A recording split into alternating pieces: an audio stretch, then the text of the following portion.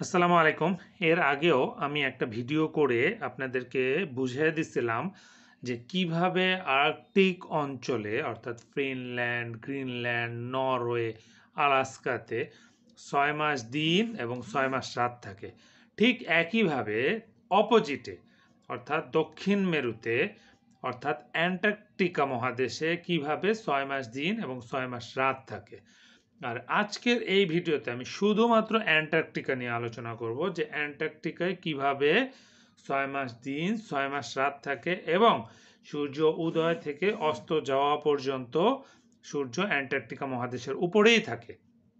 এগুলি নিয়ে অলরেডি আমি পোস্ট দিছি, ভয়েসে আলোচনা করছি, আগেও ভিডিও বানাইছি। এখন এটাকে আলাদাভাবে শুধুমাত্র অ্যান্টার্কটিকার জন্য একটা ভিডিও বানাচ্ছি। আশা করি ইনশাআল্লাহ আপনারা নিরপেক্ষ দৃষ্টি নিয়ে বোঝার চেষ্টা করবেন। সামনে এরপর আপনারা যেটা দেখতে পাচ্ছেন এটা হচ্ছে প্রচলিত ম্যাপ, যেটা হচ্ছে গ্লোব ম্যাপ। এটা আমরা সবাই ছোটবেলা থেকে দেখে আসছি, চিনে আসছি, এটা দেখেই বড় হয়েছি। এটা এটা হচ্ছে ফ্ল্যাট আর্থ ম্যাপ বা সমতলে বিছানো স্থির পৃথিবীর ম্যাপ, সম্ভাব্য ম্যাপ। এটাকে চূড়ান্ত ম্যাপ বলবো না, এখানে ভুল আছে। কারণ আমি বলবো ইসলাম অনুযায়ী আমাদের ম্যাপে কাবা থাকবে সেন্টারে, তারপরে সেটাকে কেন্দ্র করে আমরা ম্যাপ তৈরি করব। যেহেতু এখানে সেটা হয়নি, সুতরাং আমরা এটাকে চূড়ান্ত ধরবো না, তবে গবেষণার খাতিরে মোটামুটি কাজ চালানোর জন্য আপাতত নিচ্ছি। হ্যাঁ, তো আমাদের এই যে প্রচলিত ম্যাপে কোথায় কি আছে সেটা আপনারা জানেন। এইখান থেকে আমি বুঝিয়ে দেব যে এই সমতলে বিছানো স্থির পৃথিবীর ম্যাপটাকে যখন গ্লোব বানানো হয়েছে তখন ম্যাপটা এরকম হয়ে গেছে। আপনারা এখানে দেখেন এই যে আফ্রিকা, হ্যাঁ, এই আফ্রিকাটা সমতলে বিছানো স্থির পৃথিবীর ম্যাপে আছে হচ্ছে এই দিকে। এইখানে দেখেন এই যে এই জায়গাটা হচ্ছে আফ্রিকা। এইখানটা হচ্ছে আফ্রিকা। এই যে আফ্রিকা, এই যে আফ্রিকা। তারপরে এখানে হচ্ছে এশিয়া, রাশিয়া। এই যে এই জায়গাটা হচ্ছে এশিয়া, রাশিয়া। হ্যাঁ, এই জায়গাটা হচ্ছে এশিয়া, রাশিয়া। এই যে এশিয়া, রাশিয়া। এই যে হলুদ অংশ দেখতে পাচ্ছেন এটা হচ্ছে চীন। এইখানে দেখেন এই যে চীন এই জায়গাটায়। ঠিক আছে। আর গ্লোব ম্যাপে দেখানো হয়েছে অস্ট্রেলিয়া, এই যে নিচের দিকে এই যে সবুজ এই অংশটা হচ্ছে অস্ট্রেলিয়া। কিন্তু সমতল ম্যাপে অস্ট্রেলিয়া হচ্ছে উত্তর পূর্ব কোণে। এই যে এটা হচ্ছে অস্ট্রেলিয়া। আমার মোবাইলটাতে মাঝে মাঝে ব্লার হয়ে যায়, কিছু মনে করবেন না। আর এখানে দেখেন দক্ষিণ আমেরিকা এই জায়গাটাতে যেটা দেখানো হয় যে আফ্রিকার পশ্চিম দিকে, এখানে দক্ষিণ আমেরিকা। কিন্তু দক্ষিণ আমেরিকা মূলত কিছুটা উত্তর পশ্চিমে। এই যে দেখেন দক্ষিণ আমেরিকা, এই সাইডটাতে দক্ষিণ আমেরিকা। আর এটা হচ্ছে উত্তর আমেরিকা। আর গ্লোব ম্যাপে উত্তর আমেরিকা হচ্ছে এই জায়গাটায়। এই যে উত্তর আমেরিকা, এখানে উত্তর আমেরিকা। আর এই যে আর্কটিক সার্কেল, এই যে গ্রিনল্যান্ড এই জায়গায়, আর এখানে দেখাচ্ছে গ্রিনল্যান্ড এই জায়গায় একদম উপরের দিকে। ঠিক আছে। তো এই হচ্ছে মানে ফ্ল্যাট আর্থ বা সমতল ম্যাপকে তারা যখন গ্লোব আকারে করছে এরকম হয়ে গেছে। তো পৃথিবী মূলত গোলাকার, এই যে প্লেটের মতো গোলাকার, ওই গ্লোবের মতো বা বলের মতো গোলাকার না। এই গোলাকারটা পূর্ববর্তী যত ওলামা একরাম গোলাকার বলছেন তারা এই গোলাকারটা বলছেন, অর্থাৎ প্লেটের মতো গোলাকার। তো ফ্রান্সিস বেকন যখন এই পৃথিবী ঘুরে একদিক থেকে ঘুরে আরেক দিকে আসছে তখন সে বলছে যে পৃথিবী গোলাকার। হ্যাঁ, সে ধরেন আনুমানিক এখান থেকে শুরু করলো, আফ্রিকার একেবারে দক্ষিণ আফ্রিকা থেকে সে ভ্রমণ শুরু করলো, এই দিক দিয়ে এভাবে ঘুরে অস্ট্রেলিয়ার পিছন দিয়ে এভাবে ঘুরে আমেরিকার পিছন দিয়ে আবার আফ্রিকাতে চলে আসলো। তো সে তো পুরো পৃথিবী প্রদক্ষিণ করলো, অসুবিধা কি? অনেকে আবার প্রশ্ন করেন যে ভাই তাহলে জাপান থেকে অন্য কোনো দেশের উপর দিয়ে না গিয়ে সরাসরি কিভাবে আমেরিকা যায়? এই যে জাপান, এই যে এখানে জাপান, জাপান থেকে আমেরিকা আসে, সে সরাসরি আটলান্টিক ওশনের উপর দিয়ে আসে। তার তার তো অন্য কোনো দেশের উপর দিয়ে আসা লাগে না। এই ম্যাপটা আপনারা ফলো করলে মোটামুটি বুঝতে পারবেন। আচ্ছা, যাই হোক, আমরা মূল কথায় এবার যাই, অ্যান্টার্কটিকার কথায়, অন্য প্রসঙ্গে চলে গেছি। তো দেখেন এই যে গ্লোব আর্থ অনুযায়ী দক্ষিণ গোলার্ধে বা দক্ষিণ মেরুতে আছে অ্যান্টার্কটিকা। অ্যান্টার্কটিকা এটা একটা মহাদেশ। তো আমাদের এই অ্যান্টার্কটিকা মহাদেশটা এই জায়গায়। ঠিক আছে, এই জায়গাটা হচ্ছে অ্যান্টার্কটিকা মহাদেশ।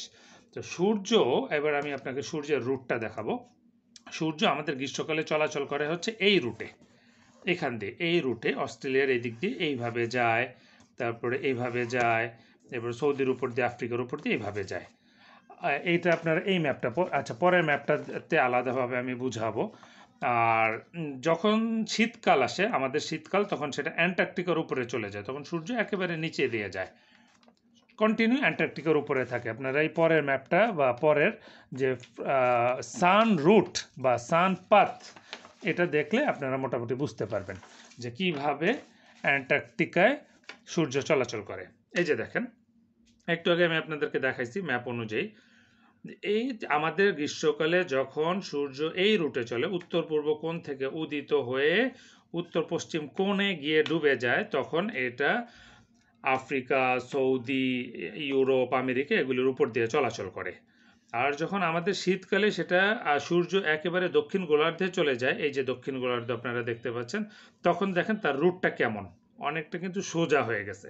এই পুরাটাই কিন্তু অ্যান্টার্কটিকা। এই যে এখানে বোঝার চেষ্টা করেন, এই যে অ্যান্টার্কটিকা, হ্যাঁ, এই অ্যান্টার্কটিকাটাই কিন্তু এইখানটাতে, এই যে পুরাটা অ্যান্টার্কটিকা, এই যে নিচে সাদা অংশটুকু দেখতে পাচ্ছেন, ধরে নেন যে এটাই অ্যান্টার্কটিকা। তো ফুল সে কিন্তু এই যে এখান থেকে উদিত হওয়া থেকে শুরু করে অস্ত যাওয়া পর্যন্ত কন্টিনিউ অ্যান্টার্কটিকার উপরেই আছে। এটা কিন্তু সূর্যের রুট বা সূর্যের পাথ, আপনারা সার্চ দিলেও দেখতে পাবেন সান রুট বা সান পাথ লিখে। তো যখন সূর্য এখান থেকে উদিত হয়, অ্যান্টার্কটিকা মহাদেশের উপরে উদিত হয়, তখনও যে অ্যান্টার্কটিকা মহাদেশে আছে সে সূর্যকে দেখতে পাইল। যখন সূর্য এই যে মাঝখানে মাথা বরাবর চলে আসলো, তখনও সে অ্যান্টার্কটিকার উপরে। এরপরে যখন সূর্য অস্ত যাবে, তখনও সে অ্যান্টার্কটিকার উপরেই অস্ত যাচ্ছে। তার মানে 23 ঘন্টা 56 মিনিট সে অ্যান্টার্কটিকার উপরেই। এটাই তো সহজ হিসাব, যে আপনি বললেন যে কেন অ্যান্টার্কটিকার উপরে 23 ঘন্টা 56 মিনিট দেখা গেল। এই যে সে পূর্ব থেকে উদিত হয়ে পশ্চিম থেকে যাওয়া পর্যন্ত কন্টিনিউ অ্যান্টার্কটিকা মহাদেশের উপরে আছে, কারণ সেই রুটটা ছোট, অনেক ছোট, অ্যান্টার্কটিকার উপর দিয়ে কভার হয়ে তার শেষ হয়ে যায়।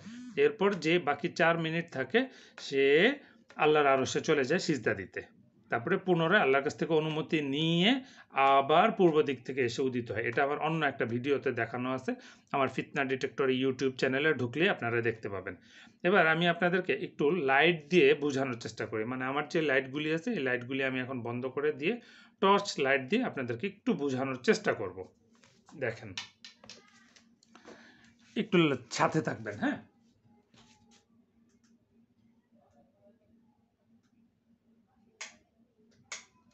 আচ্ছা, এই যে টর্চ লাইট, এটা একটু বোঝার চেষ্টা করবেন নিজেরা।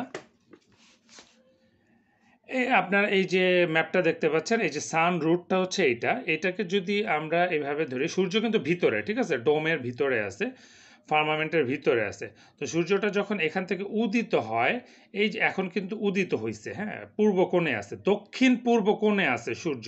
তো দক্ষিণ পূর্ব কোণে উদিত হয়ে সে যখন এই যে মাঝামাঝি আসবে, অর্থাৎ মাথা বরাবর আসবে অ্যান্টার্কটিকার, তখনও সে অ্যান্টার্কটিকার উপরেই আছে।